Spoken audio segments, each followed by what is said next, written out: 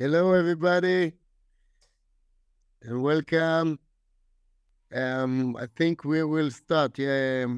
We're very happy to open the second webinar in the series, and I would like to introduce Yael Meltzer, the CEO of the Regenerative Foundation. Please, Yael. Hi, everyone, and good evening. And welcome. It's very exciting to see everyone here. So, as Eric said, I'm Yael Meltzer. I'm the Executive Director of Regenerative, Center of Regenerative Agriculture in Israel. And our goal is simple, to shift Israel agriculture through regenerative practices and treating the land not just as a tool to grow food, but as a resource that we need to restore and protect.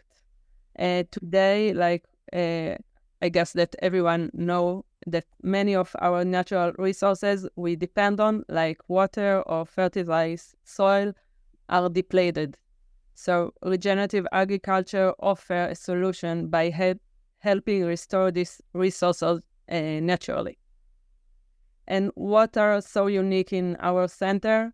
Our center brings together diverse stakeholders such as researchers, policymakers, industry professionals, government, ministries, inventors, businesses, academia, and of course, and most important, farmers who believe in the future of regenerative agriculture. So by working together, each in their unique role, we are creating a balanced, effective, and resilient ecosystem. The main way we do it is through knowledge sharing. This webinar is being an example to promote regenerative agriculture through our ecosystem. So I'm very, very glad you are all joining us for this webinar, and I'm looking forward to hear from you. And please follow us in the social media. Later, I will put all the links here in the chat. And now I talk too much, and I would like to pass the floor to our speakers today.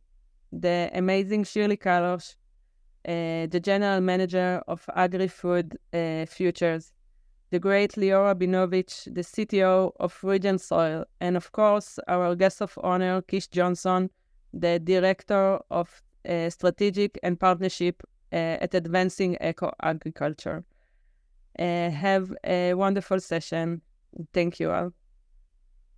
Thanks, Yael, and great seeing you all. A lot of familiar faces and a lot of new faces, so looking forward to meeting you all in real life.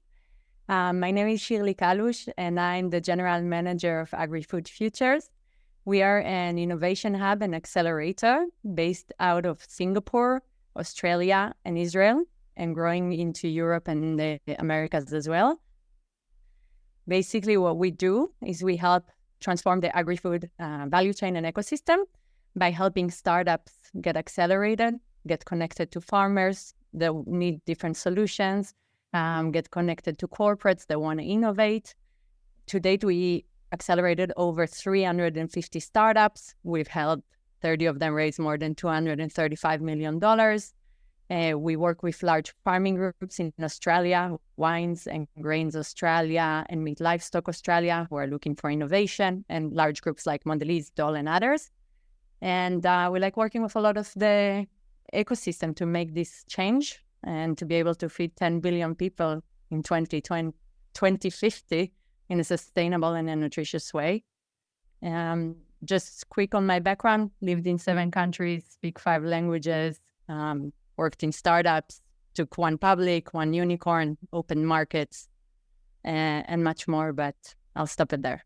And I'll pass the floor to Leo, my wonderful co-host, to introduce himself. Hi, everyone. So my name is Lior. I'm the co-founder and CTO of Regen Soil.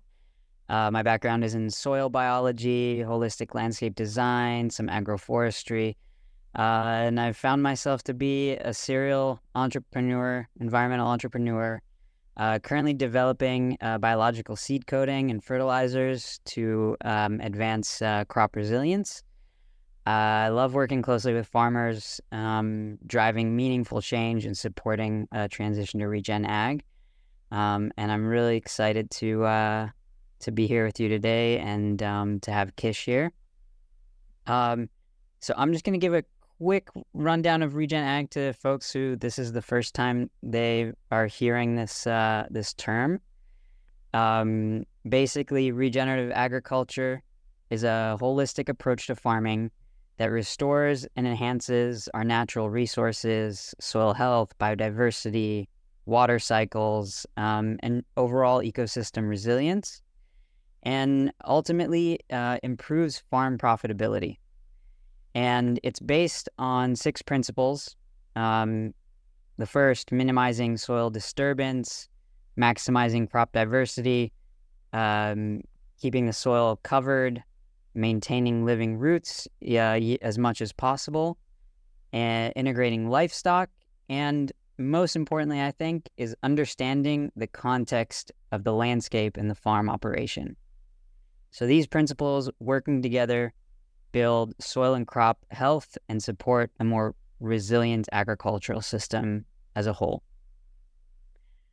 And now I'd love to introduce Kish. I've known Kish for a few years now, been chatting back and forth, and really excited to have you here. Kish is the Director of Strategic Partnerships at Advancing Eco-Agriculture.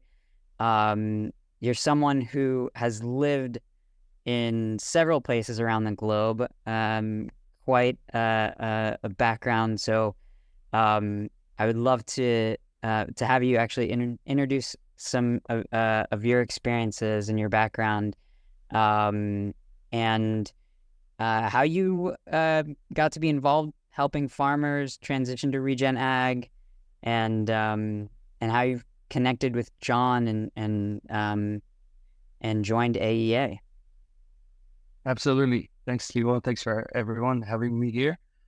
This has been a long time coming in some ways. It's kind of bizarre. It feels like in some ways we've known each other forever, Gadi, and yet relatively a short amount of time. But good to see everybody on the call. Yeah, so I guess nobody likes verbosity, so a very long story short, I somewhat come out of a holistic IPM orchard management background prior to AEA, primarily with apples, and I guess you could say Michael Phillips, the late Michael Phillips, was somewhat of a large influence on me, a mentor in his world of exploring the role of biology and the fungal duff and its contribution to orchard management.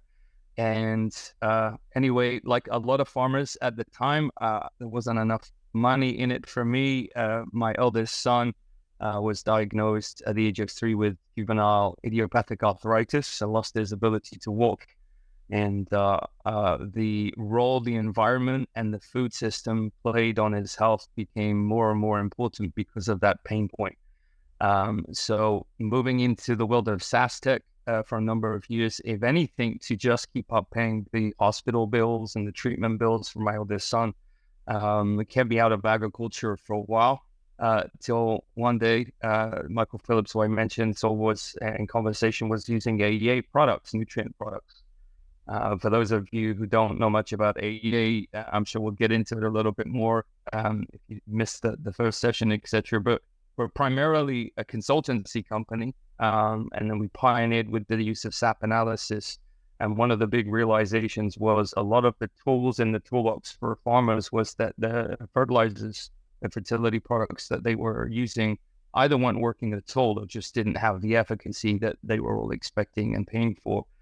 So that's the short version of one of the reasons why AEA got into products.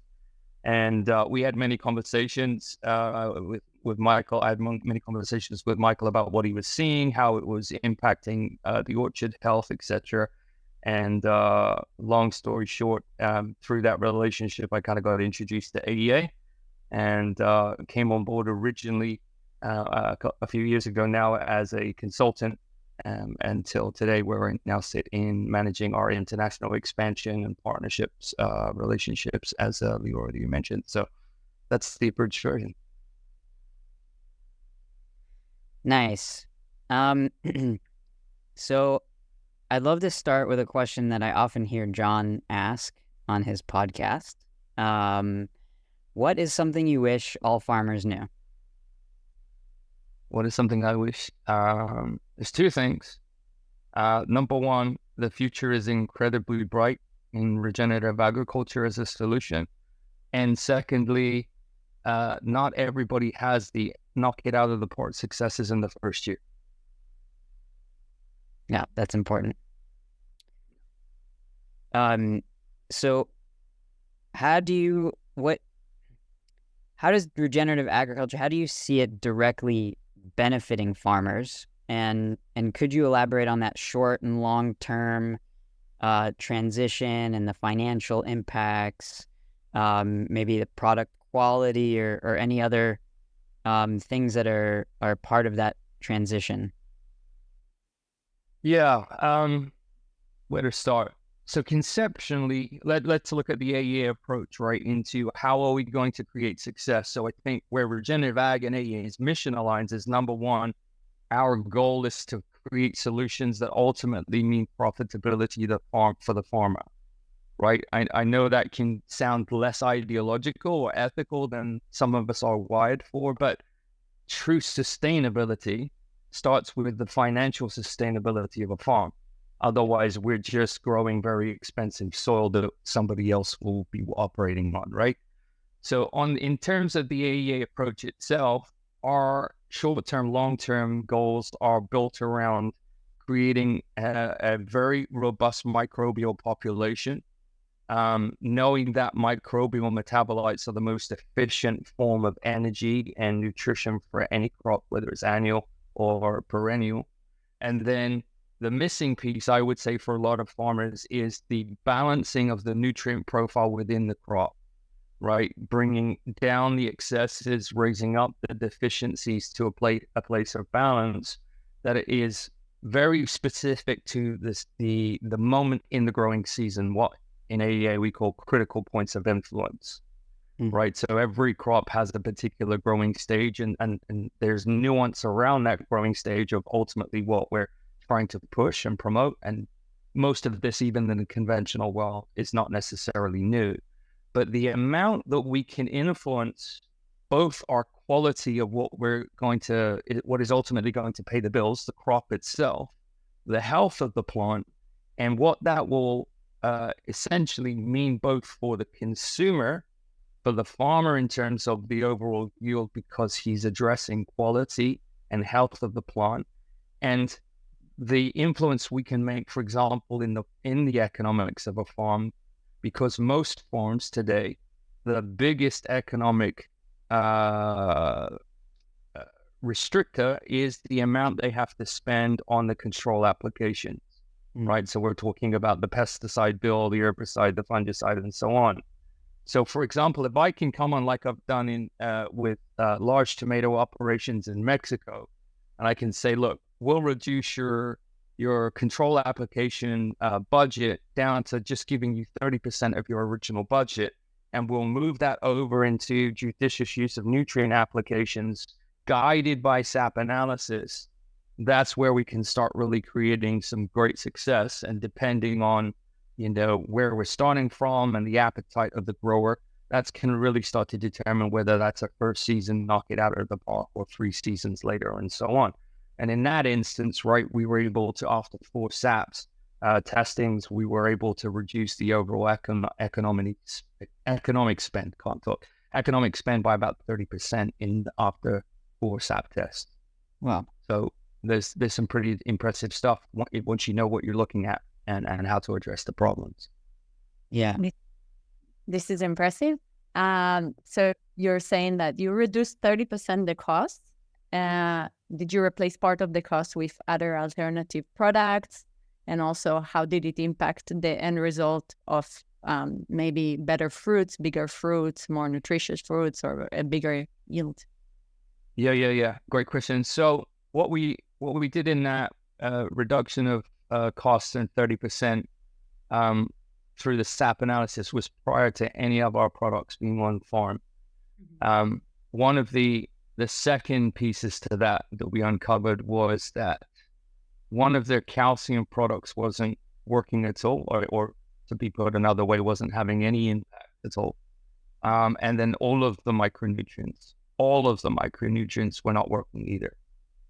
So that definitely changed the timeline for the grower who was just utilizing us originally as consultants only to move to start, utilizing some of our products. And so by the time we got our first calcium product across the border through all of the, the red tape of all of that, their calcium levels were beginning to impact fruit sizing, etc., and overall health and resistance to some of the diseases that they would be normally battling with.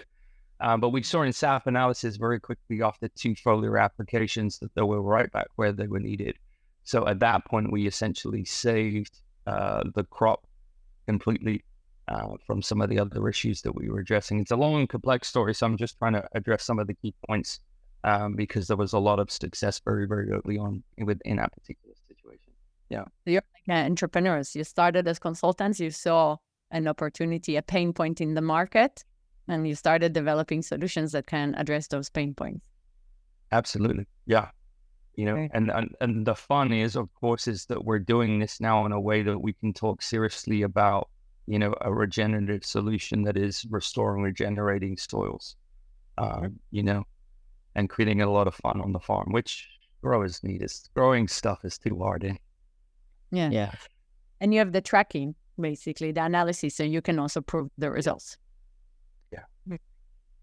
What do you think are some of the biggest misconceptions about regenerative agriculture that are coming from farmers or from other folks as well, and how do you guys go about addressing them?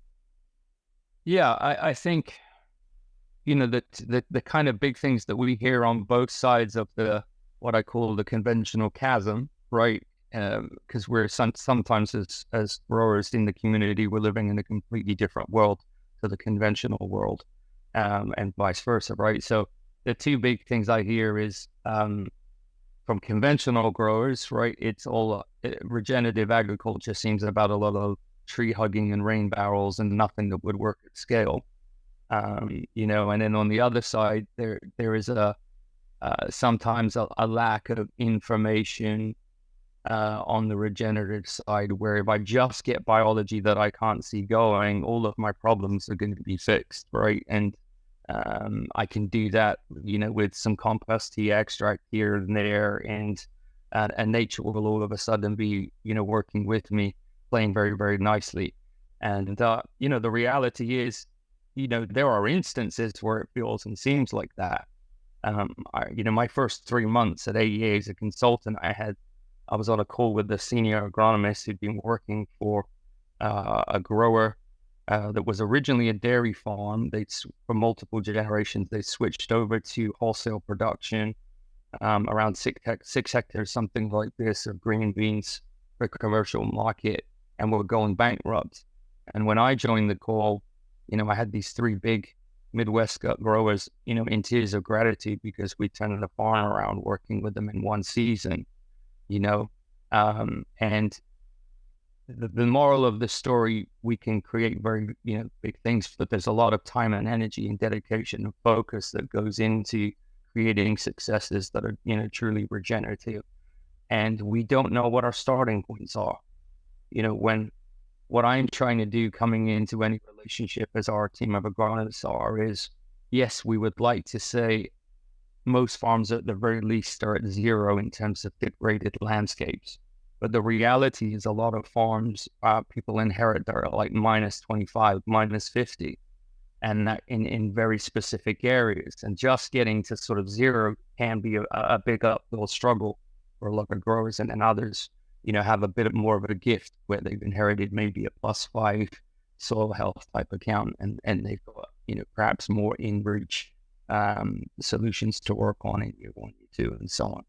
Yeah. That kind of brings me to the next question of like, what are some of the biggest hurdles that farmers encounter when trying to make this shift? And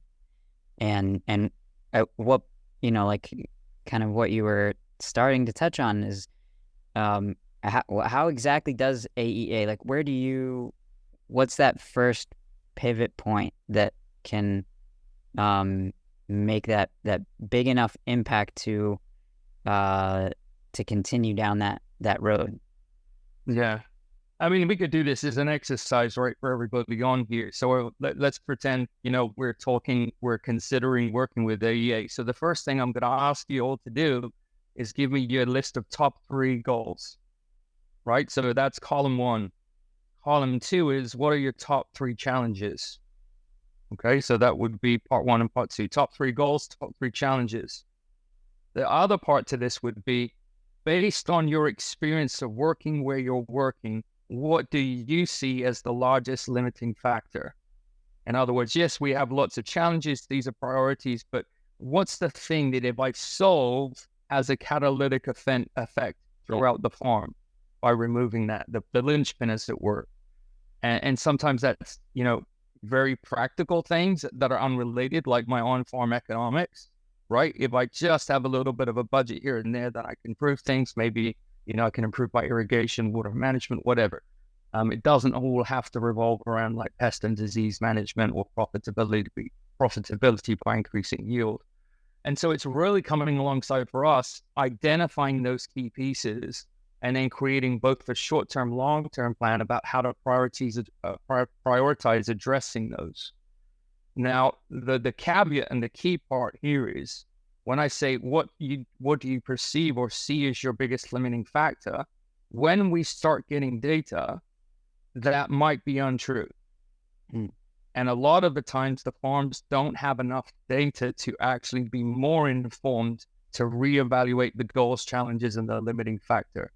Because the solutions, if you will, are only as good as the data that you have. Yeah. And we've seen farms, essentially not give us the time of day because their extension agronomist or whoever is saying, when I did my monitors, I never heard of soil sap analysis. And I've been working with this farm on tissue analysis or soil testing analysis, and we're doing a pretty good job, even though the evidence of the crop performance is telling otherwise. And so this was the game changer for us. Was now we have a decades-old technology called SAP analysis at our disposal.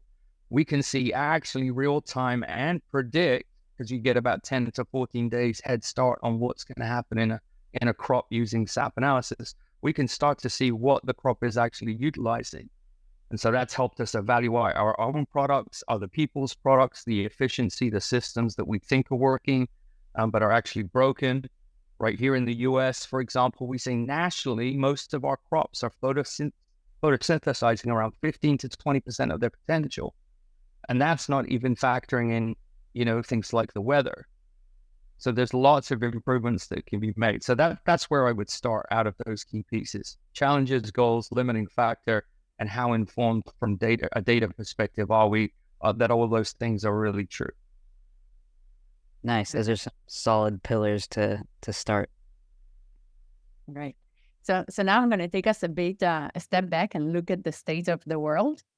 So the first question is, where is Regen Ag in the world? Like how well adopted is it? I know it's hard to size the ecosystem, right? But where are we on that adoption curve?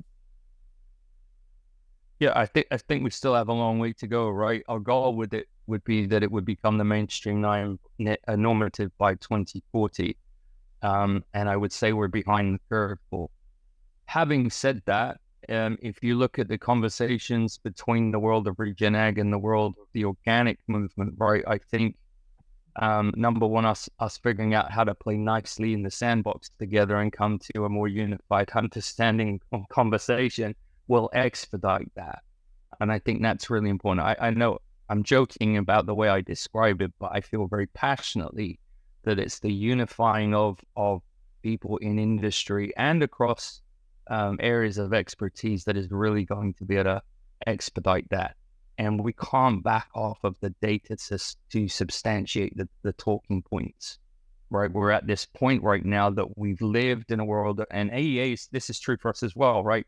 Lots of anecdotes.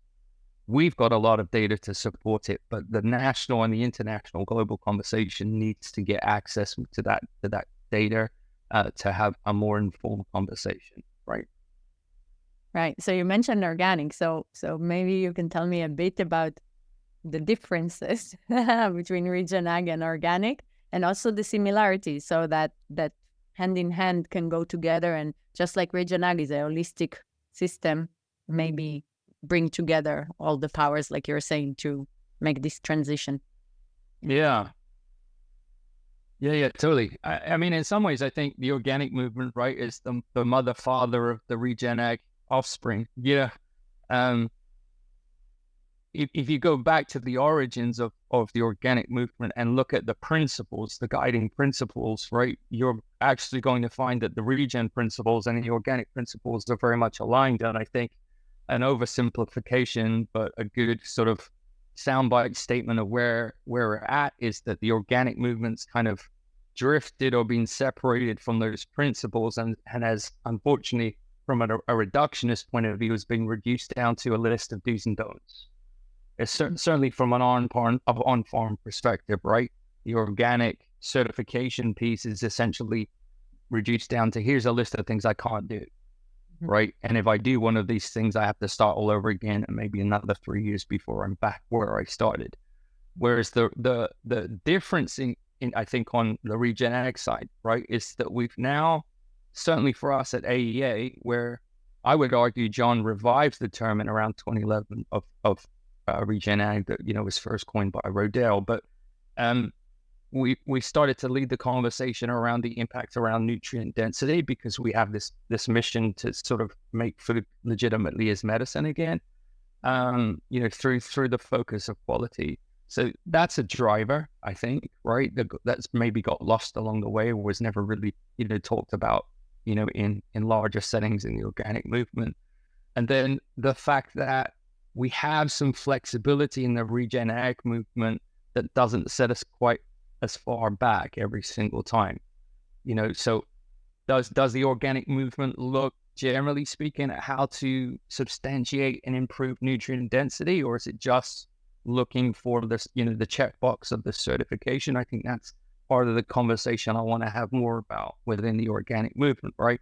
And then secondly, you know, what I've started to do with this whole thing called integrity growing, working with John on this, is say, how do we move the conversation from measuring processes to measuring outcomes, right? Mm-hmm. So real-time example, if I need to put out an herbicide that nobody's a fan of putting out, in the organic movement, we would just say that's prohibited. In Regen Ag, if we can start to do this becomes, you know, quite the talking point, which is, do I have enough of a robust soil microbiome to actually deal with that application? In other words, was it able to, you know, sort of remediate or take it out of the equation where it wouldn't be a problem, you know, through chelation or whatever, or have an overall detrimental impact moving forward into next season, and so on and so on. And then so we could then say soil health was, you know, limited or didn't have an impact from those applications, because we're looking at the outcomes, the drivers. Interesting. And thanks for sharing those differences. And I hope that, you know, there will be this merge in order to move this movement, because when we are launching a new movement, right, we need to be all together to be able to push it to the more general mainstream, and to be able to impact also governments to do different changes. So today, what do you see the regulations that hinder the development and the move to Regen Ag, but also regulations that are maybe actually impacting it positively? I know that in the US there was a farm bill and there was some money dedicated to it, and in Europe there is the EU Green Deal, I think they're called. So maybe talk to us a bit about both sides. Yeah. I think there's, you know, the broader supply chain consumer conversation around what's important. And then there's, you know, the daily grind or, attempt to make significant improvements on farm from the grower's perspective. And somewhere in all of that, right, there's a mix of what people feel are the most important priorities to address and what are the biggest obstacles. So you're going to have, at a global or a national conversation, a lot of people saying, this is the highest priority as I see it. I think somewhere in the mix, in the melange of all of that, right there, water management, water efficacy is going to become more and more of an issue, that everybody should be focusing on, and we can get unified and get creative about how we start to deal with that, whether that's the role that biology can play in water efficacy, whether that's the choice of the fertility that we're using, so that we're utilizing fertilizers that don't have a drag effect or a high need for excess water just to be, processed effectively within the plant's microbiome, rhizosphere, etc. And then you just always get hit, I think, with there's a financial risk obstacle, for a lot of farms that are starting out going, it seems like a wild card, right? It's like, ethos-wise, ideologically, I'm there. I've had my light bulb. The science makes all this sense. Now comes the practical. What if the decisions I make in the order that we talked about a little bit, is wrong? And there's all of these rational or irrational fears that is absolutely going to come up in the mind of the growers. So the solution is making sure that there's a resource where in the agricultural community, we're not having a one and done type conversation. Here's the resources. Here's how you're going to create success. See at the end of the season, right? This is not the way forward. But building communities of support where there's a lot of exchange of good information, both anecdotal and supplemented by actual data. These are the drivers forward for sure. All right. Let's go talk about corporates. What are they doing regarding Regen Ag? Are they taking any meaningful shifts? Absolutely. I would love to tell you some of the stuff I'm on right now is still pretty confidential. Very large organizations, including ones you probably haven't seen, sort of taking over any big Regen Ag conference. The bad guys as they've been perceived, right? Coming in, there are a lot of large players across the supply chain who, number one, have realized that Regen Ag is not all about shrinking my logistical carbon footprint to offset the bad practices of farms, and that's Regen Ag. Uh-huh. There really is a solution in how the farm is managed. I certainly believe and within AEA, I think we'd agree that if we had, for example, some additional crop tests, because I believe the original tests that Rodale did was only on one or two different crops, that all of the carbon issue could be solved through agriculture. Those kinds of things. So back to your question, how are they showing up? Yes, for example, in my work on cotton, we have now almost fully built out a system where farmers are working with the brands. They'll be rewarded above market price for their efforts at different premium prices, which has been incredibly exciting to do, right? Where companies now putting their money literally where their mouth is, getting involved.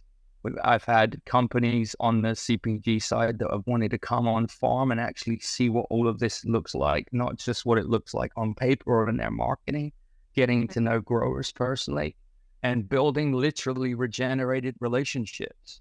Mm-hmm. Where it's, the grower, the processor, the manufacturer, the consumer, all of those things. There's a whole landscape of relationships that should be just as impacted as our soil, in my opinion. And the exciting thing is why I say it's such a bright future is we're seeing that happen. And these players are not going away anytime soon. These corporate entities are fully vested, fully committed.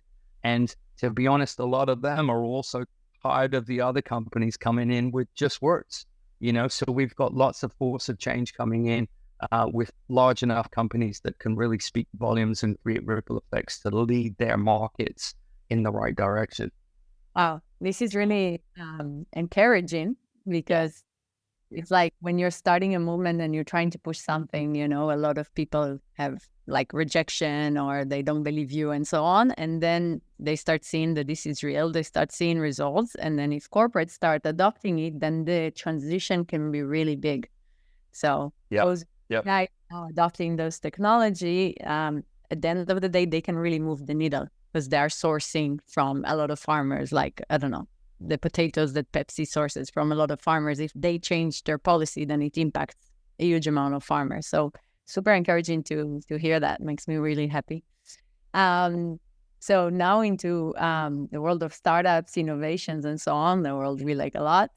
And what innovations are missing today or are needed in order to drive forward regenerative ag and to accelerate this?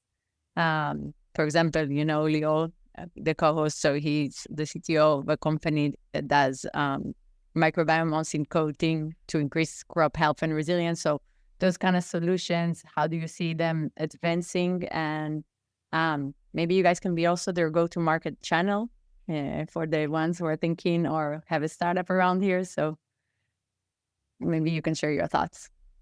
There's a lot of questions, but...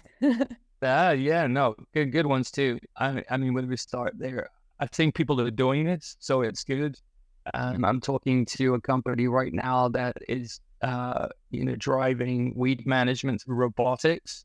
So having in-field robotics, for example, there's beta versions of laser weeders for at-scale, growing. That's quite exciting. So, as well as quote unquote organic herbicide trials, so products that are actually going to have efficacy, and we're just looking to see when that price point can come down to make that those more affordable solutions. So biologically, lots of things happening, technology wise, lots of good things happening, and also just intermediate steps, right? Because I think sometimes in the world of innovation, we want to create the solution that is 10 steps from where everybody's at. And if that can fill in all of the space in between as the go-to-market solution, great. But I think with a lot of things of innovation, right, there's a 2.0, there's a 2.5, there's a 3.0 version, and those things are needed now, because they were one of the things I think they also do from a market influence is they start showing the road up ahead for everybody involved, what that future landscape can look like. And that's where other innovators come in and build off of that. The old adage of, wanting, for me, the next generation, that my ceiling to be their floor. It's the same principle. We take progress to this degree, and then we hand the baton on, and the next innovator takes it on. So for us, it's not particularly a secret in our world of technology. We're looking to go to market pretty soon with a handheld device that brings in things like SAP analysis to infield and then digital upload. So removing the logistical problems for global use, metabolite profiles, pesticide profiles, all from the same device, those kinds of things. And then next gen soil DNA sequencing is also going to be where we're out, understanding the whole profile, not just the bacterial and fungal profile of the soil. Yeah, all of that on farm, handheld. All the handheld. The DNA sequencing will still be to remote digital labs, etc. But depending on where the machine is. But maybe you guys can help us get that to Israel. Yeah, definitely. All the engineers for researchers. We're here to help you convert those ideas into reality, and then we have a go-to-market. Perfect. Great. And the last question on the ecosystem play, we're seeing increased interest from investors. I listened to one of the podcasts of John Kemp with Dan Miller, that comes from the real estate and invests in farms and others. And first of all, who are they? Why do they care? And can there be financial returns? Yeah. Not from that podcast, but I want to see your perspective. Yeah, they're all over the place, right? You have long-term industry players that see the industry going in a different direction, and they have the capital and the passion to do something about it. You have the ethical ideologues that, also see that the future needs to be regenerative because of the destructive practices. I mean, look, you take Florida citrus, for example, you've got large groves of citrus, being bulldozed and turned into real estate because the citrus screening issue there has just got so out of control, right? And so you do have also, though, investors that have lived in the region for, almost their entire lives and don't want to see all the citrus groves go in there. So, I talked last year to an investor that was willing to put up the capital for somebody to take those groves and push them towards regenerative practices, and they would fund it. So the opportunities are out there. I think what's interesting for us in the US, there are definitely some great USDA grants out there, but there's a lot more private investors that are speaking to US markets. Whereas I think in Europe and further afield, you see a lot more government-driven grants, and hopefully, all of those grants are speaking, to the right industries and to promote the right solutions, because otherwise, we're just going to miss a very big opportunity to see the right kind of funding go to the right people to drive the right solutions forward. Yeah, it makes sense because in Europe, it's more government dependent to drive change. Yeah. US is more entrepreneurial. So Exactly. it makes a lot of sense, and it makes me happy. And this podcast, for whoever is interested with Dan Miller, is super interesting how he says that he's invested in farms and farmers that want to transition to region ag, starting with small acres and then growing, and he's seen great return on the investment. He comes from the real estate world, so it was really fascinating for me. Yeah. And maybe just another additional comment on that. So I think sometimes we think of investment and changes and economic, opportunities only from outside entities. Here's a great example. One of the vineyards in California we've been working with, for a while now, have started to see such changes in the barrel based on the nutrient profile of the regenerative blocks that initially the winery and the people that held the purse strings, as it will, right, the financial resources, were like, why are you one of the most expensive, farm managers on here? Why is your bill towards nutrient, fertility so expensive, yada, yada. And we showed them the results, right, the reports. And now they're like, okay, how do we figure out how to do this across the whole vineyard, right? And so there are changes even within companies that are, often overlooked, right? And when you can create those kinds of on-farm, successes, supplemented with data, I think it's important to not overlook the things that are closest to home too. Nice. So I want to jump back to the integrity ground certification questions. How do you, so for organic certification, right, that's quite the cost the farm takes on. How does a farmer become integrity ground certified? What is that process like, and how is it different than the organic certification process? The practicalities of it, and how does it on the other end? With organic, there's a higher premium on the market. Currently, integrity ground is not. It's still very, very small. How does that impact the farmer on the other end? Yeah. So I think lots in there, right? I think the first thing is number one, when we created the integrity ground, right, for those that don't know, we made it crop specific. So we started in cotton, very likely. I'll be moving it to wine grapes next. Although I'm up to the conversation if anybody wants to argue me out of that focus point to their particular crop. But yeah, number one, the regenerative integrity, it's a verification process. And it sounds like trivial to not talk about certification versus verification, but sometimes the certificate has become the end goal, and that's what we're trying to avoid, right? Did we check all of the boxes? Boom, therefore you're good. we want to look at again, like I said, the outcomes and how do we drive those outcomes forward across lots of metrics, lots of variables, right? And lots of tangibles, intangibles. But what it means is in this system, you can come on year one and have success one and get your certification, if you like, your verification stamped for approval in the year one. Number two, you can have, in our system, you can work with integrity grown separate from AEA. So in other words, you never have to work with AEA. We'll just provide the resources and the people to come on to do the audit, if you like, and to look at the process.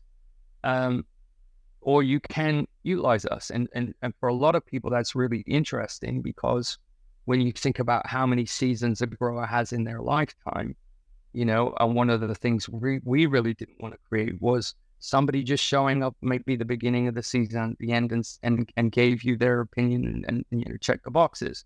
What about, could we move the score? You know, so in our system, you have bronze, silver, and gold based on the points that you score in your process in season, in the first season.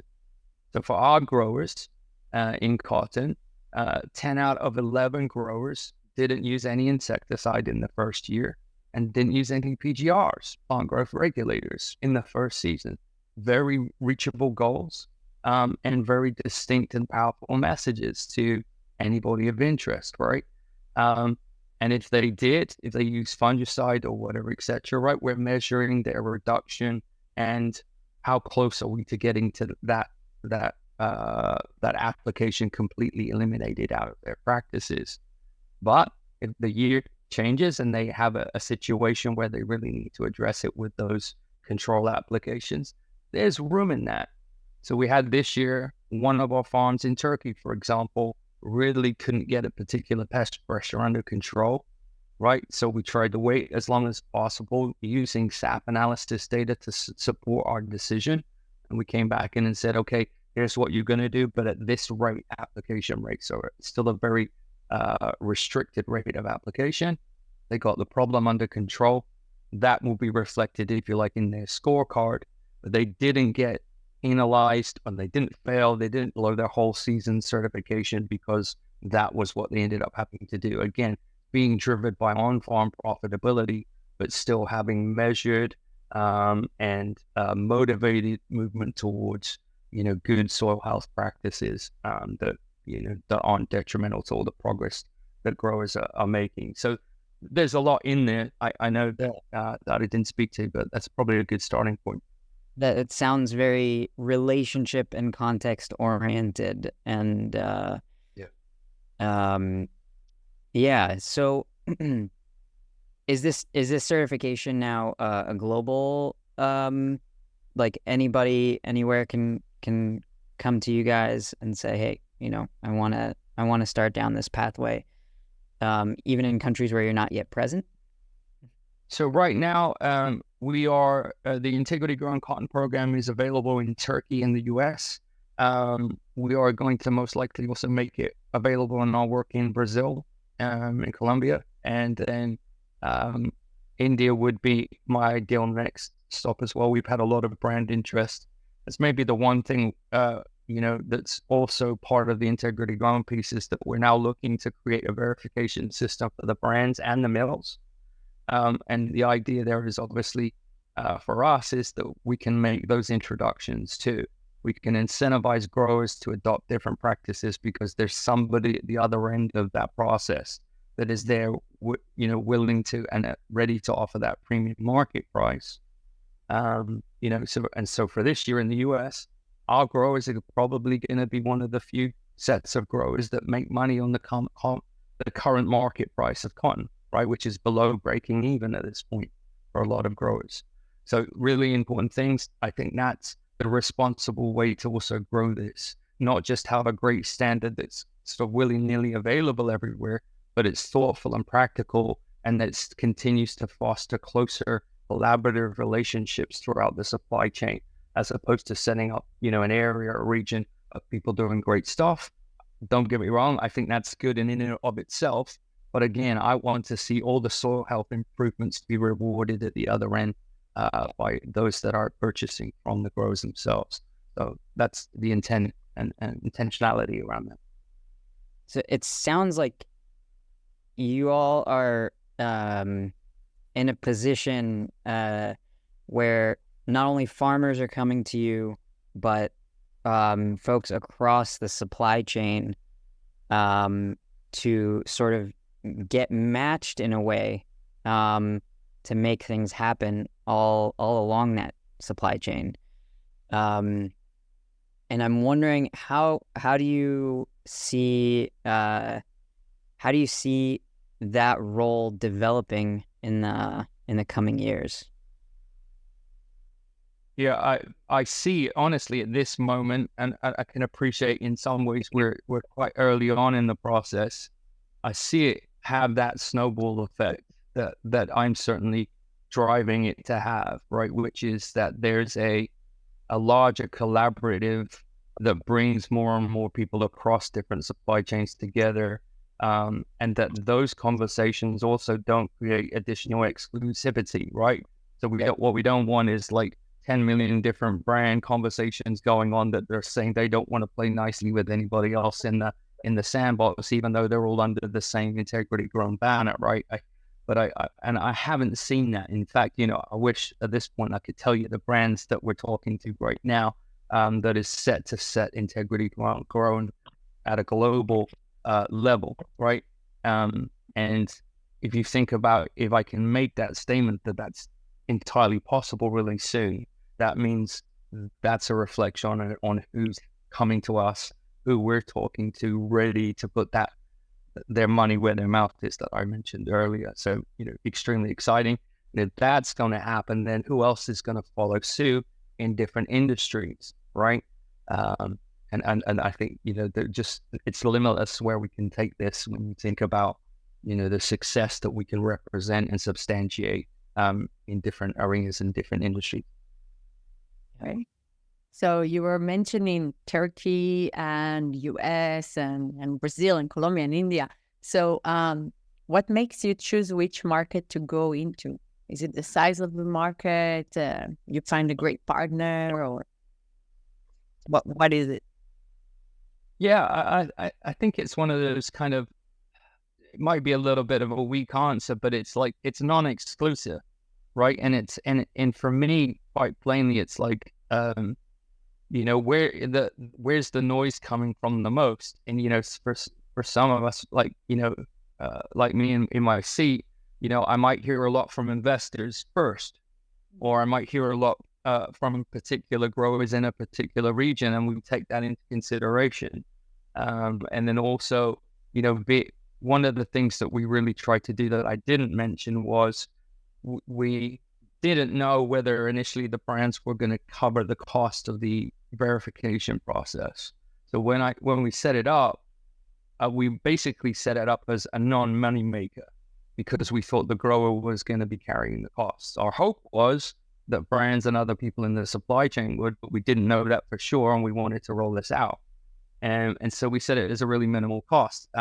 Now we've got other brands involved and other people within the supply chain willing to cover the cost. That's great. But then let's say we're moving to the next crop. What is the ROI? Is that particular crop, that region, something that could substantiate enough to build momentum in that new region with that particular crop verification? Or, like I said earlier, can we find investors to then introduce, and actually you find that you're reorganizing your priorities in your timeline. And that's one of the reasons I think why if you follow me, you see me flying all over the place right now, because there's serious conversations enough to get me on a plane to look at different crops and different regions, countries, etc. That take them seriously. If they weren't, I'd be staying at home and helping my wife look after the kids and all of that fun stuff. And that's important. Happy wife, happy life. Happy partnership, right? Exactly. So I think what you said, it makes a lot of sense, because it's kind of like you're expanding, and part of it is opportunistic, part of it relational, and part of it probably strategic because Brazil and Turkey are huge markets. Also the US, huge agricultural markets. And so I'm happy also that the brands are now starting to pay for the integrity because every time we launch something new, it's like, who's going to be the payer? Who cares enough to pay? Not, right? Yep. All these questions. You didn't mention Israel, so please, all the Israelis in the room, Region IL, raise your hand, make some noise so that Israel is the next one. Okay. And so I think there were a few hands, a bit weak. Maybe it's the hour, but they are on. No. Yeah. I'd love to hear from people for sure. We had some great conversations already. Gadi, Lior, and others on here, and I'd like to see how we can, keep in contact and pay attention to how we can look at the future together for sure. Yeah, we're not a big agricultural market, but we are the mecca of the startup development and solution, and we are quite noisy in the world for a small country. So I've heard that rumor. Yeah. Exactly. All right. So last question on my end, and then Lior will ask the last one on his end. So for non-farmers, for example, data scientists, investors, business developers, policymakers, researchers, people like me, right, that have entered this world like a year ago, but we don't come from like an agronomy background. But we are interested in regenerative ag. So what would be your advice for people that want to enter this world? How can they? And I think Gadi and Yael created a great community to learn about it. But what can they offer? Are there needs for accountants? Are there needs for investors? Are there needs for business developers? Like, how can we integrate not just with our interest, but actually like putting our labor into it? Yeah. I mean, I think there's lots of opportunities, right? And ones that don't necessarily mean you also have to get on a plane. There certainly are opportunities, if you can, to look at different investment forums and conferences that are available. RFSI, for example, is a great one that has one in Europe and one in the States, etc. That's a real, collaborative melting pot of people, from different areas and sectors that are, wanting to see who they could be introduced to. You can do it online. I'd be happy to make introductions, as anybody else would in AEA too, if there are, specific areas of interest. Let's have the discussion. But there's also in communities like the conversation we're having right now, a lot of synergy and a lot of people, then see these kinds of things, whether on LinkedIn or they listen to the webinar later that's recorded and so on. So there really is a lot of opportunity. And yes, for some folks, there are actual, positions within organizations as well that are available that probably, matches the skill set and the passions that people wanting to get involved for sure. Thank you. Great. Last question of the evening. Is there anything I missed asking? Is there anything you wish I'd asked that I didn't, that we didn't touch upon? We did go through quite a lot, but if there's anything else you want to add, we would love to hear it. Yeah, that's a great question. I think if there was time, right, and maybe we'll leave this for John, to look at essentially our core, mission statements, what we're based on, things like we believe, we know, we experience that crops can become completely immune to disease and pests. If that seems too lofty, we can revise that statement to, let's say, 70%, right? And that's still impressive. If we made that statement today that you could become 70% resistant to crops and diseases completely, those kinds of things. My passion is also to talk about the things that we're seeing in very specific crops. And I know there's a broad swathe of different crops represented here that I think you'd all get something out of. And again, for not wanting to be verbose here, there's lots of great conversations that we could have. Our work on onions, our work on, greenhouses, or even our work in hydroponics. and things like that, not just cotton or citrus or wine grapes. So, know that there's a lot to be done on every particular crop. Maybe I'll just say this because I love talking about this. Yeah. Is as an orchardist, and maybe there's some folks here as well, we had the great opportunity a few years ago now to try and tackle bacterial canker in cherries. And we were actually, as maybe some of the scientists in the room can appreciate, we make every now and then we make some accidental discoveries. And so one of our accidental discoveries came on working on tomatoes to prevent skin splitting. And through some trial and error in that particular research trial, we had sort of a very, to condense the story, we moved some of those principles over to tackling bacterial canker in cherry, and we were able to solve that through nutrition. And then somebody else heard about that a few years later, etc. We got to work on fire blight in apples and pears.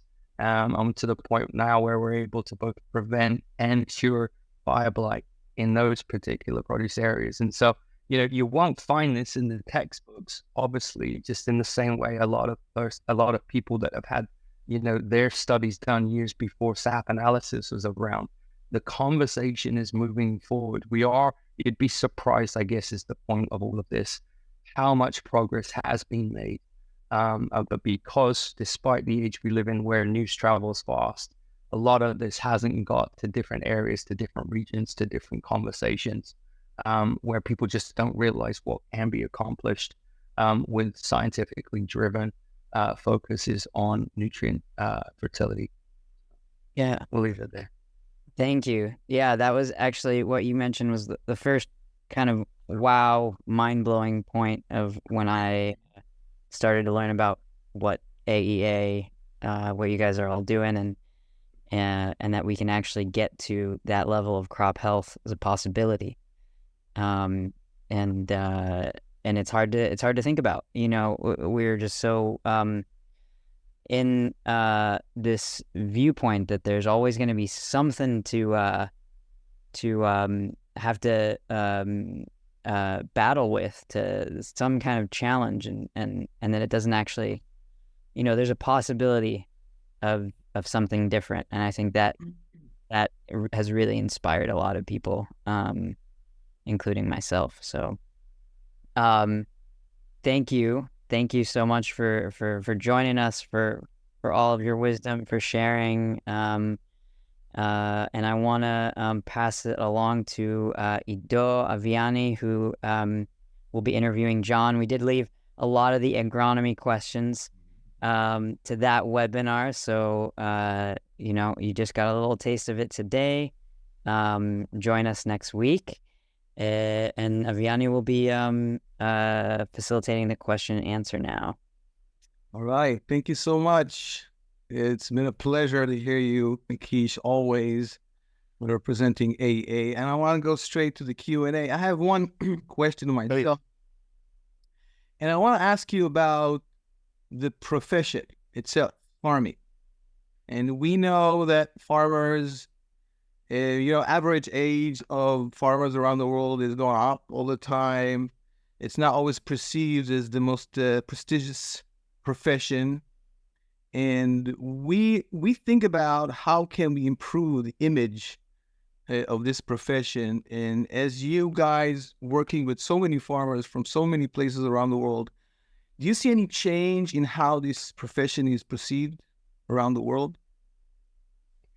Yeah, I think to some degree, right? And I wouldn't be the person that could give you a good measure, a good handle on just how much. I mean, some of you could say, in the world of Instagram, maybe it's over beautified and it seems quite utopian where a small farm, takes pictures at only the perfect times of day and when they don't even have mud or they oil because the vehicle broke or whatever, that maybe that's the next kind of reality show or something, right, for TV where we can show warts and all farming. But I think where it happens too, though, where the biggest changes are happening is we have had, certainly in the US, a lot of kind of a sort of a big shift of those that are sort of retired, the retirement age, right? And in family farms, the younger generation in the farm, those that still didn't want to escape and run off and do something else, it is their time, and I've certainly seen that in the last, 3 years or so where, there's been a lot of contention between, for example, dad who controls the money on the farm, but is diehard. We're only going to do it this way over and over till I'm, over my dead body. And the younger guy being like, yeah, but I have all of these ideas, right? I think that tension has started to loosen. And now you're also seeing, those second generation, third generation farmers who've wanted to do things differently, move towards regenerative, have started to see the successes. They've had their permission, and they're now a little bit beyond that, that sort of that takeover and that shift towards a different way of managing farms.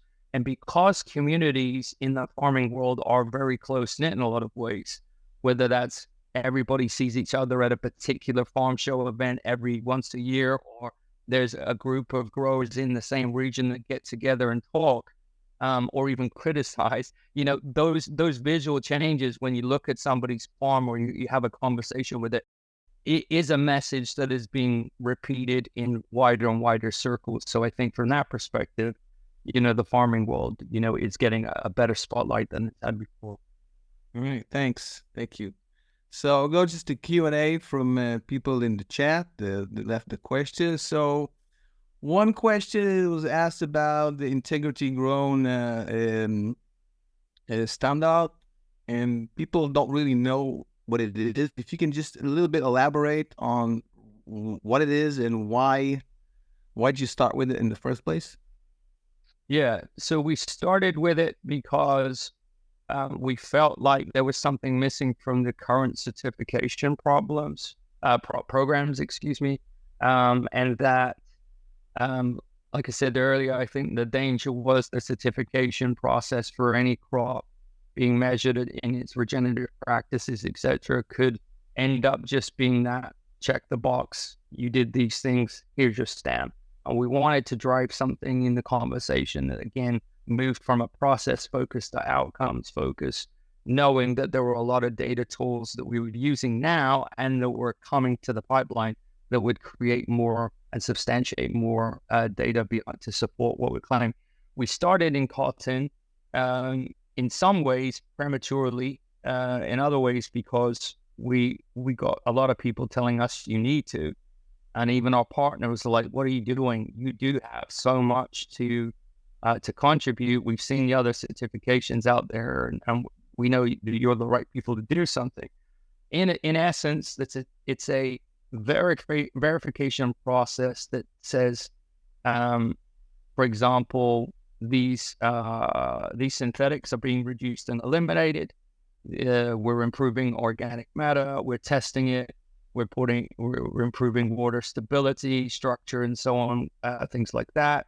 And that we're measuring how to help everybody in the supply chain understand what we've done every year, that it can be supported by the data. And in the cotton industry, what was really important, that they could have all of this information in a consumer-friendly format that could be drilled down into the nerdy details if needed, but that would give them, if you like, the armor to stand up against greenwashing claims.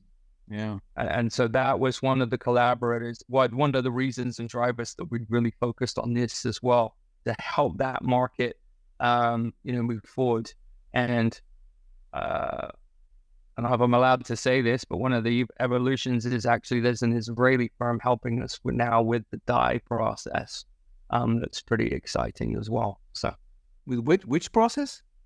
With the dyeing process. So with the, if you think denim, jeans, etc., they're generally a couple of colors. That color process is very, detrimental, not friendly, right? So creating a more sustainable, regen-friendly way to do that is going to be the next evolution.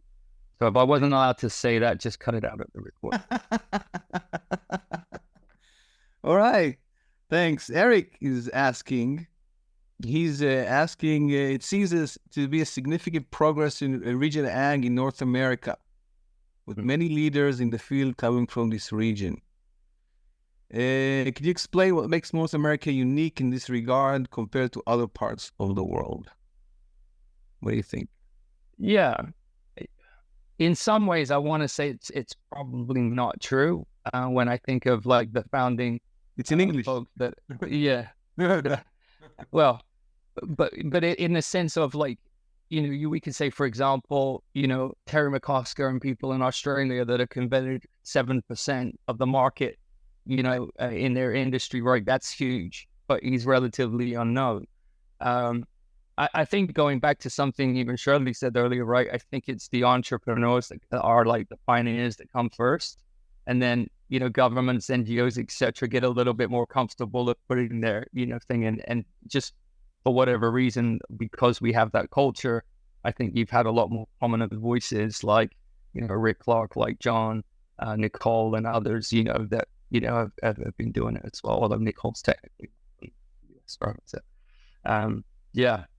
Right. I'd say that's the answer. Yeah.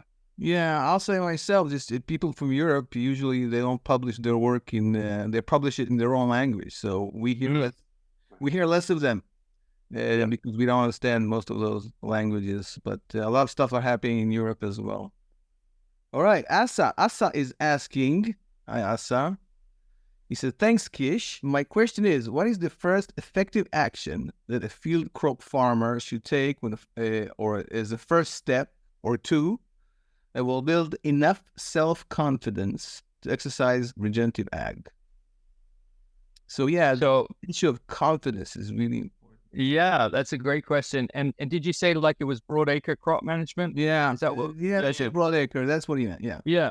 I think especially for crops that have field crops. Yeah, field crops.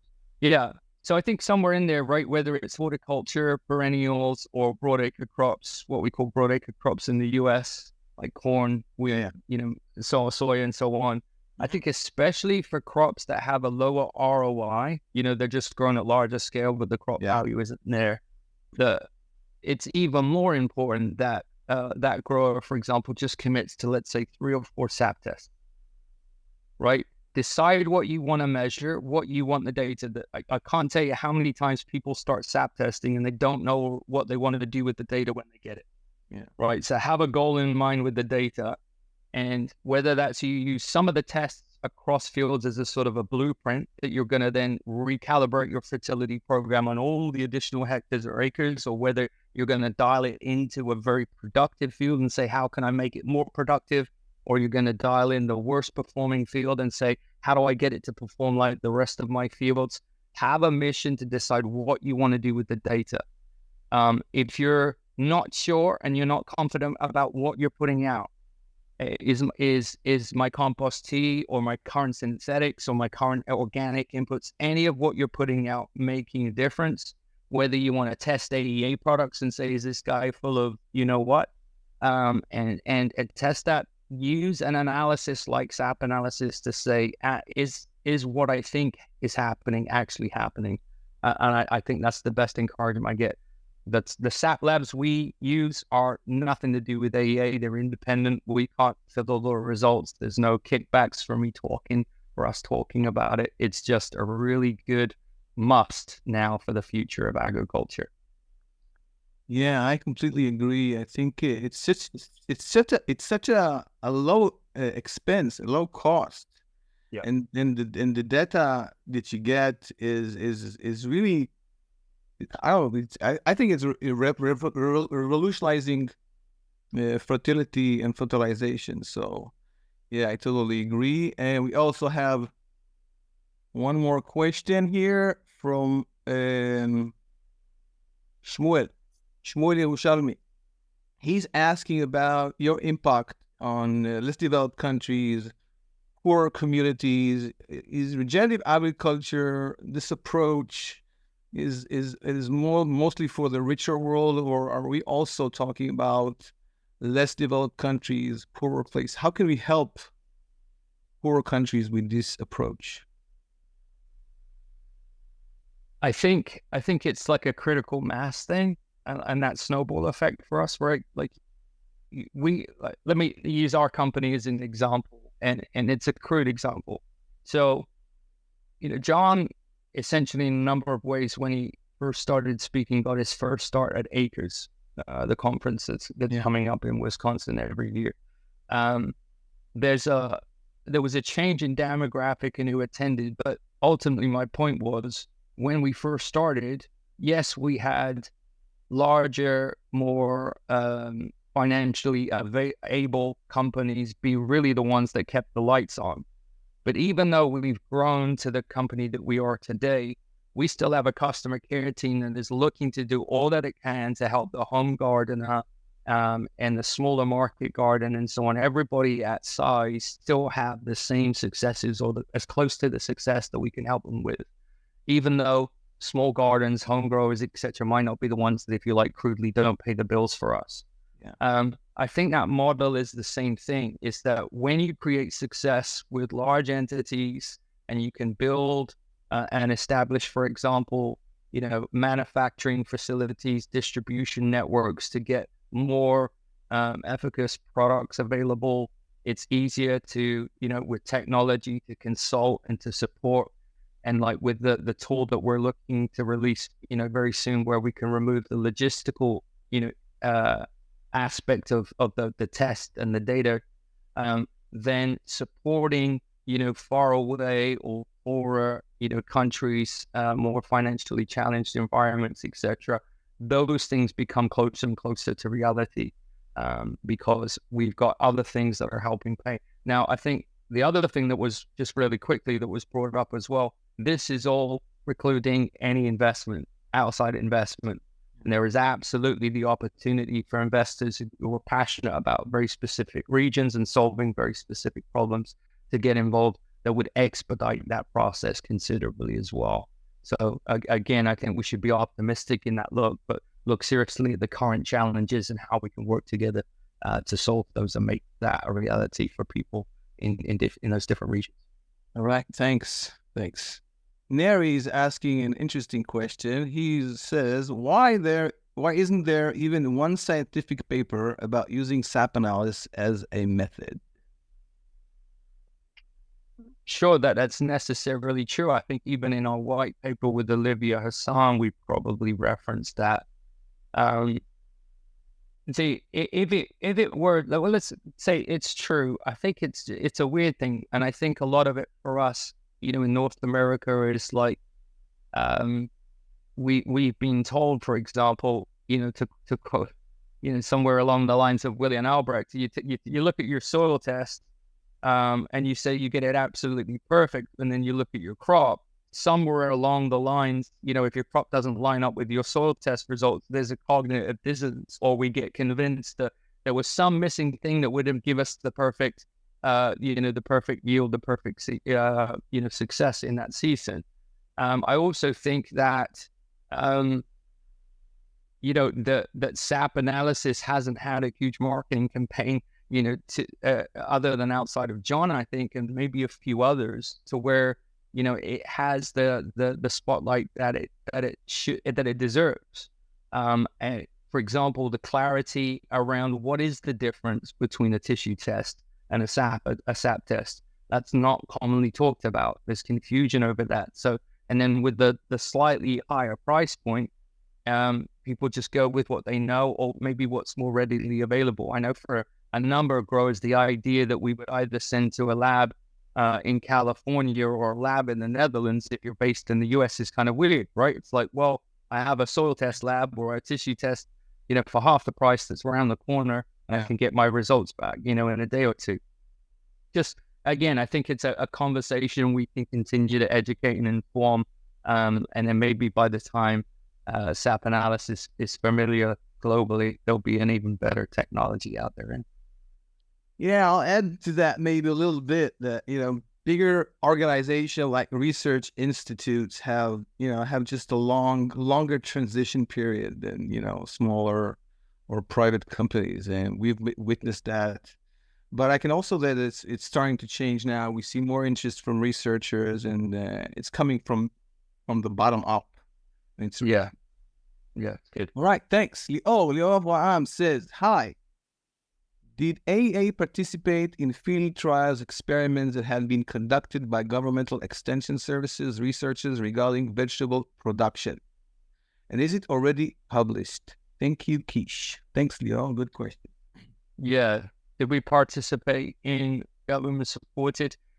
Yes, by virtue of a couple of people, but the work is confidential, unfortunately. Okay. Unfortunately. That aspect of government. There is an aspect like that. Please. I must say that you're really teaching all of us how to share data and information around everything that you do, and this is part of what's so special about your company and about John's work, and we have to say thank you for that.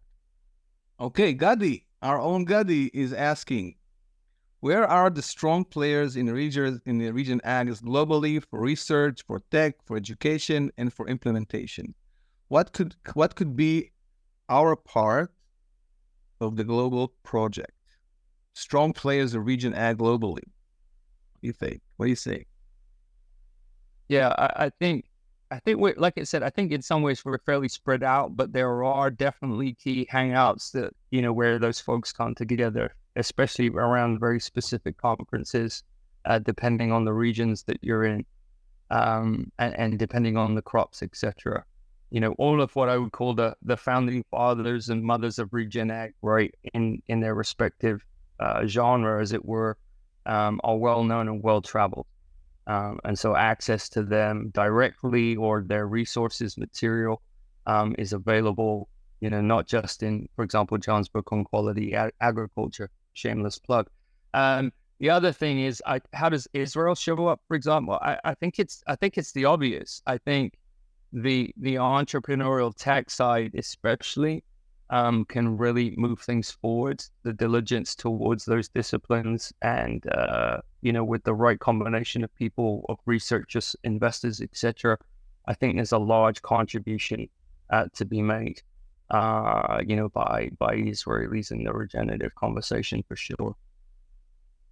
Right, thanks. I think this will be it for our questions. So I have another one. Tali, can we bring you up? And Ricardo has his hand up, I think, right? Ricardo as well. Ricardo. I hope just a question about actually public relations. Unfortunately, most of the people know what more or less what organic growing and stuff like that is. But if you speak with them about generative agriculture, at the most they believe is something is growing where nothing was grown before. Like, especially in Hebrew, we use the word מחדשת, it's like a new, and how you get people to know about it. Yeah, that's a good question. I think it comes back to a little bit earlier of what I said, which is I think there's that broader conversation between the organic world and those voices in the regenerative world. At some point, we probably, I think, maybe others and even John would disagree on this, but just as a personal opinion, I think at some point that we do need to decide what regenerative ag actually means. I think there's been great benefit to it being in a very open, defined or undefined kind of movement. But at some point, I think beyond the pillars, again, we need to look at the foundational underpinnings and start using the same language so that things don't get lost in translation. The other point, Ricardo, I think is right? That let's say that doesn't happen. There's still a PR piece to play, right? Where we need to do a better job of saying, where it fits in, especially in the larger, broader world. So I talk a lot about, when I speak about crossing the conventional chasm, and large-scale solutions to large-scale problems, because number one, that speaks to a practicality that this isn't just for, as you said, restoring a desert area or a small solution for a small grower that wouldn't have an understanding of what it's like to grow crops at scale. And because if you can PR that you can create solutions large enough for large problems, then obviously everything else works from there downwards as well, right? It's going to work for medium-sized growers, different crops. It's going to work for small growers because the principles are absolutely the same, and therefore the solutions are the same regardless of the scale. Great question. Gadi, Tali. Yeah, And we have a bunch of researchers here. I don't know why they are so shy, but we have some of the top researchers here, Tali included, in Israel. And I know the conversation went a lot about economies or commerce and things like that, but I don't know, and then let the specialist answer. So first of all, I want to mention one thing that about the SAP analysis papers, scientific papers. There are scientific papers about SAP analysis, not a lot, but there are some.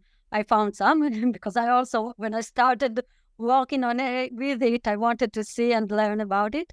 So there are.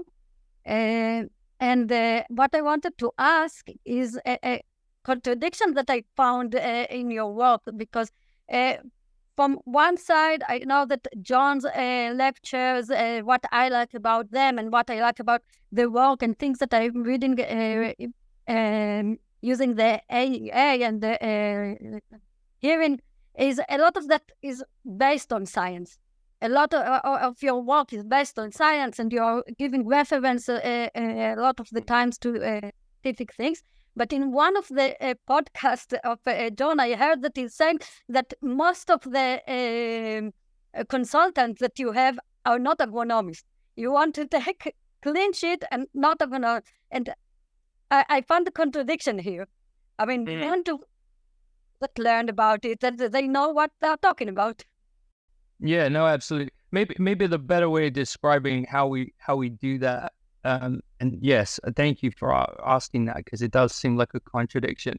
The underpinning was that let me back up. So we've always had agronomists on top, like actually trained agronomists. We have a director of agronomy, we have a chief science officer, and so on, right? So all of the underpinning, as well as John, is that our learning curriculum internally is very rapid but very robust. And we work with a hive mind approach, right? Which essentially means that if you're not a specialist on a particular crop, you can still talk to somebody else who is on that particular, or if you have, let's say I'm on the West Coast and I'm a specialist on that crop, they talk to the same specialist on the East Coast. So where we can start to build more information around regional nuances and crop performances and patterns, etc. The point of John's comment was really to say that a lot of times in AEA's history, we found it's harder for agronomists and those in the agricultural space to unlearn. And so one of our requirements in our interview process is trying to feel out the ability for people to unlearn what they thought as being previously true. And for some, that's really difficult because there's papers, there's books, there's research that actually do indeed now contradict what was previously taught, or shed more light on a particular subject matter. And I think really that's the accurate way to describe what John was really getting at. So absolutely, do we get trained? Do we have agronomists certified, etc.? Yes. Does everybody that's functioning in that consultancy piece have to meet certain standards to know what they're talking about? Yes. But it was just a point of saying, for a lot of people, we took them on out of apprenticeships, from university. But oftentimes we find that those have had a very strong historical background in the industry, struggled to unlearn what they had previously learned. Thanks, Kish, for that answer. If nobody else is asking, then I have two more, but maybe somebody else wants. So my two more. You said Israel for technology. So which technologies you see are gaps are needed that could be key? Where should Israel put its investment in? And the other, I'm not sure you covered that before. How do you work? You, as a company, do you usually go and consult big farms in the US, in South America, and in Asia, now in Turkey? Do you go like multi-year contract of advising until some threshold of measured success? Do you work by success? Do you work? How many advisors do you work with in your company? Or do you work more in educating local advisors to carry on? How is actually the work looking? And also about your the materials, the biological and non-biological materials. What kind of materials do you offer? Yeah, so lots of good stuff in there. So how do we work? Number one, we're primarily that consultancy company, but we also have products. So therefore, we can work with growers, and we do work with growers either for just the consultancy, sometimes just the products, and sometimes more often not, it's a hybrid of the two. You know, it's not uncommon for our consultancy only customers to either move very quickly to, or within 2 to 3 years, to start to look to our products because of their own learnings and the collaborative learnings that we make together. They realize they need the tools that we provide. That's the way it is. I'd love for other product companies to give us some competition and efficacy there. You know, and there are some others perhaps that do that relatively well. We work in a hybrid, you know, program approach too. So for example, you know, maybe you don't want to utilize all of AE's products. There's some other locally sourced products. We can build programs where it's third-party products included as well. We work in absolutely every model possible to create success, Gadi, that you're getting right to the point there, which is the most important, like creating on-farm success. So whether that's we write a contract that says we're going to commit to, for example, creating in the first year 10% increase in yield, 10% reduction in cost. We write those contracts too. We write contracts where your consultancy fee can be paid off through the use of products, etc. So anything.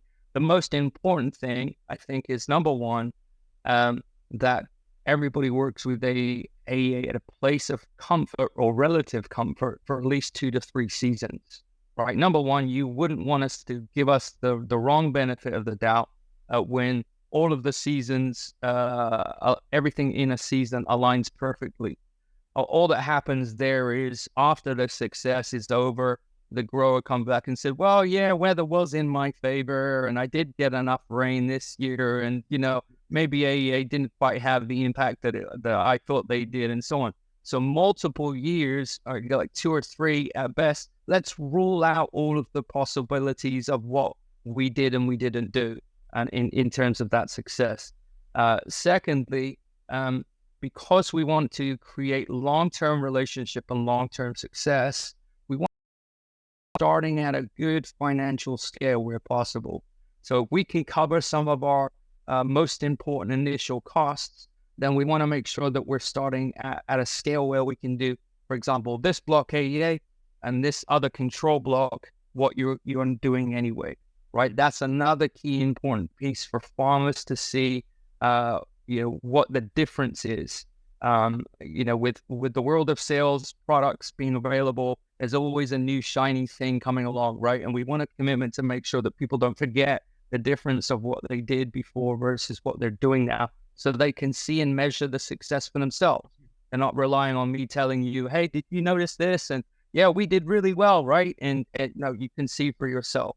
And then, of course, we can look at scaling up. We can go to, you know, more greenhouses or more acres, etc., when there's that confidence already there that what we're doing is the right thing and it's going to create the success that's needed.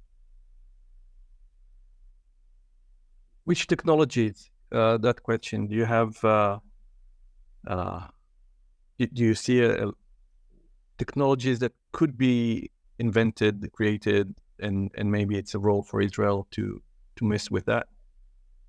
Yeah, sensors, information systems, AI systems, drones. We have already a satellite. We have a lot. Yeah, I think for me, right, I'm really interested in the world of convergence technologies where there's multiple data points coming together in an effective package for growers. So I think, you know, it's all of the above. But I would actually turn it around and say, I think Israel's best contribution is also what it solves that is most important to its own country, right, and to its own problems, you know? So if we're going to say that's water management. Yeah, let's build around that. Right? Let's look at it, is that the role of biology in water management? Then let's add that piece to it as well, right? Let's look at the crops that are most important for Israeli commerce. So that's the way I would look at that.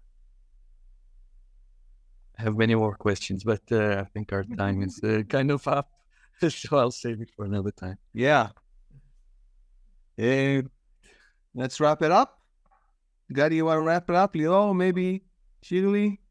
Sure. I just wrap up by sharing tons of gratitude. I think that this is just the beginning. So you've given us a lot to think about, a lot to, food for thought, homework. I hope some new perspectives and hopefully a boost to the Regen Ag movement here. We're looking forward to a future together in supporting this transition globally. ואיזה מילה בעברית, זה משפט לפרידה, קיש, מה אתה אומר? מה אתה רוצה? עושים מה לך. Amazing, thank you. Thank you very much. Thank you so much, Kish. Yeah. Thanks, everybody. Thank you, Kate. Thank you. Thank you so much. See you. תודה לכולם.